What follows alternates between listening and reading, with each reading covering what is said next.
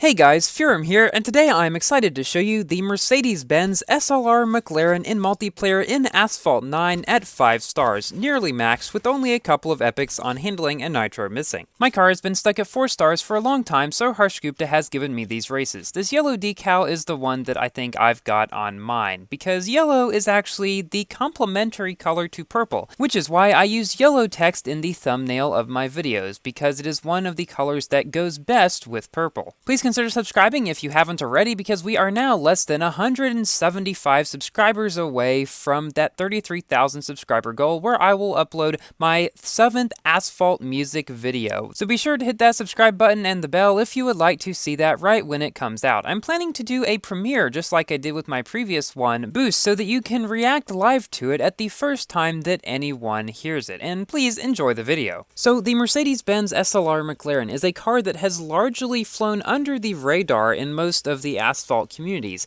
You don't really see a whole lot of people using this car or talking about it.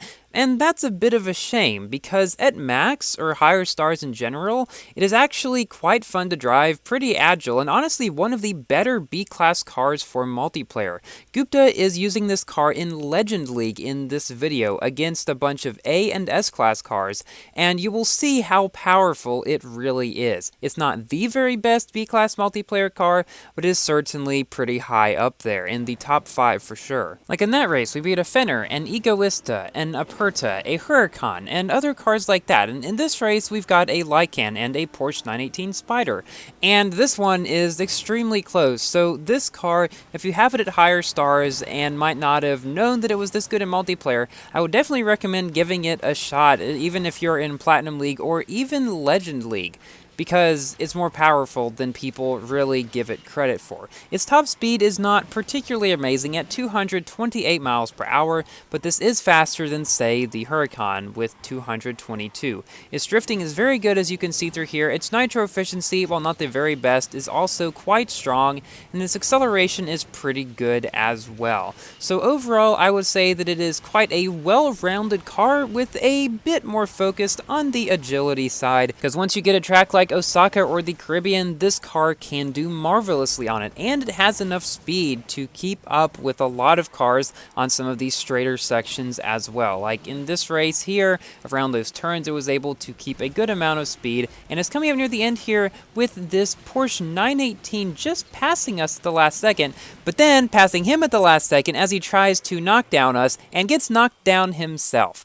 That is honestly one of the most satisfying things that I see happen in Asphalt 9. It doesn't happen very often, but when someone tries to 360 you to knock you down, they just get knocked down themselves. I don't even think that is intended game physics behavior, but then again, some cars, especially the Veneno, do not have intended game physics behaviors on barrel rolls in particular. I've been using my 1-star Veneno in the Veneno season, and I plan to upload a video about that in a couple days, because while I have made a video about that car at 6 stars, I got the car at 1 star, and while yes, it is lower stars, I'm sure a lot of people are curious as to see what is really the difference in there. And I probably will do the same thing with my 3-star Yesko and my 1-star Cyan as well, just because these are going to be up against other cars at ranks that more people are going to get them at. Now, what I was saying about the Veneno, that car has got to be one of the glitchiest cars that I have driven in this game, in particular on barrel rolls. It likes to do front flips for some reason, and I have no idea why. Either that or backflips. I feel like I get one or the other almost as often as I get actual barrel rolls when I go up barrel roll ramps there. That being said though, at lower stars I have been able to do some pretty good work in that season, gotten up to the top couple of 100, and so I do have some pretty good races for you guys in that one, against some 2, 3, 4-star, perhaps even Venenos. In that race we narrowly beat a Vanda. That car is one that is also rather flown under the radar, because, well, although it is actually a very good car overall, like its agility and its nitro efficiency and everything are very good about it, I think it was released at a time when people were saving up their tokens. I don't remember exactly what, but not a whole lot of people actually spent a lot of tokens on it, so I think that's why you don't see too many in multiplayer. That was the first car that had that little quirk of having the different nitros do different speeds, with perfect nitro being the highest. I think what's interesting with that car, though, Each Nitro had a different speed, with Shockwave being the lowest one, whereas in cars like the Scion and the Taycan, I believe, only the Perfect Nitro has a different speed, and the rest of them are the same, at least with the Scion. I do not know about the Taycan for sure, because I do not have that car. In this race, we're facing a VLF, a Porsche, and a Batista at 4,200 plus rank. He was the one that was just ahead, but went out of the track somehow. I'm not entirely sure where he did, but anyway, it allowed us to beat him as well as those other cars and come in first out of 8 in Legend League against a bunch of higher class cars. In this race, we've got a Lycan, an Aston Martin GT12, as well as a Huayra BC. And one thing I've noticed is that overall, Legend League has definitely a higher variety of cars than you will find in any other of the leagues, which makes sense considering that you can literally use any car in the game once you get to Legend League.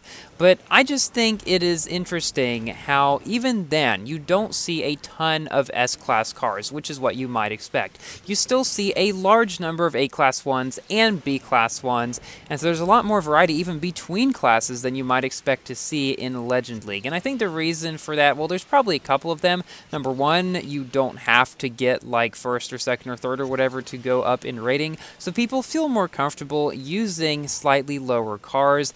And because it is so long and tedious to get to higher leagues and to higher ratings, people just use a ton of cars that are in their garage. Legend League seems more fun to drive in than the other ones, simply due to the variety and the heightened competition with cars like the Egoista, for example, in this race. But the thing is, for me at least, I don't get to Legend League very often, simply because it is so much of a grind in order to get there, and you don't really gain a whole lot once you actually do get there. Like, you do not get substantially better rewards in Legend League than in Platinum League, at least not enough for me to justify spending hours and hours of my time just racing a bunch of B and A class cars in order to get there with not very much competition and just rather boring the whole time. I've done it a couple of times to test some S-Class cars like the Egoista a while back, and I am planning to do it again sometime at least so that I can test the Jesko and my own Scion in multiplayer as well. But unless I'm specifically needing to test an S-Class car and it's not available to test in any other season, I just do not find it worth it to expend all that effort to get up to Legend League every season. So that is why in most of my streams and in my videos you'll see that I'm in Gold League or Platinum League, simply because those are the ones that allow me to test most of the cars I need to, but just don't require the time sink that Legend League does. In that race, we beat a Huayra BC and an Egoista, and in this race, we're racing against a Scion, a Lycan, a couple of Porsche 918s, and a Koenigsegg Regera above 4,500 rank. That's a very high star. The Regera is driven by Neo Barbaros, one of Gupta's club members in 1%, and the ZR1 is driven by Knight, another 1% member. Just to give a little update on the SC18 event, I got 4 out of 20 position in the first of the final rounds, and I have yet to play the second one as of recording this, but I'm thinking that is probably going to be pretty close for that 5th place spot. Because, although I got 4th in the first one, I'm assuming that people are going to star their cars up to 3-star and beyond, and I may or may not actually be able to do that. I've calculated that if I'm able to get 1,500 tokens, I currently have like 900 by the time the event ends, and each of the final rounds gives 3 blueprints for the car, and I'm actually able to get them, then I'll be able to 3-star the car at the end of the event. But yeah, that would be only for the final round, and then who knows. We'll see though. I'll do my best as always, and if I do not end up getting in the top 5, perhaps I'll get some good luck like I did in the Jesko event. So here we actually beat all of those cars, including that 918 Spider, which actually beat the Regera as well, which is pretty interesting. In this final race, we're facing an Icona, a Grand Sport, a 911 GT3 RS, a Huracan, and a Rimac C2. So now it is time for my general review about this car. It is a fairly high-end B-class car. In terms of event times, it's kind of high-mid tier B-class, so not the very best there, but in multiplayer is where it really shines, being a fairly stable and well-rounded car overall that is easy to drive. You won't have too many problems with it when you play it for the most part. part, and I would say that it just kind of goes where you want it to a lot of the time. If I had to pick a weakness, it would probably be its rather average top speed, but all of its other stats are so good that for the most part in races, in rush season especially, you're not really going to have to worry too much about that. I mean, you saw in these races here, even against all those faster cars, this one is still able to do some good work. And if you own it but haven't driven it for a while, it might be worth revisiting. So thank you to HarshGupta for these races, and thank you all so much for watching. Please like the video if you have enjoyed, and consider subscribing for more Asphalt and other games content, and I will see you in my next video. Goodbye!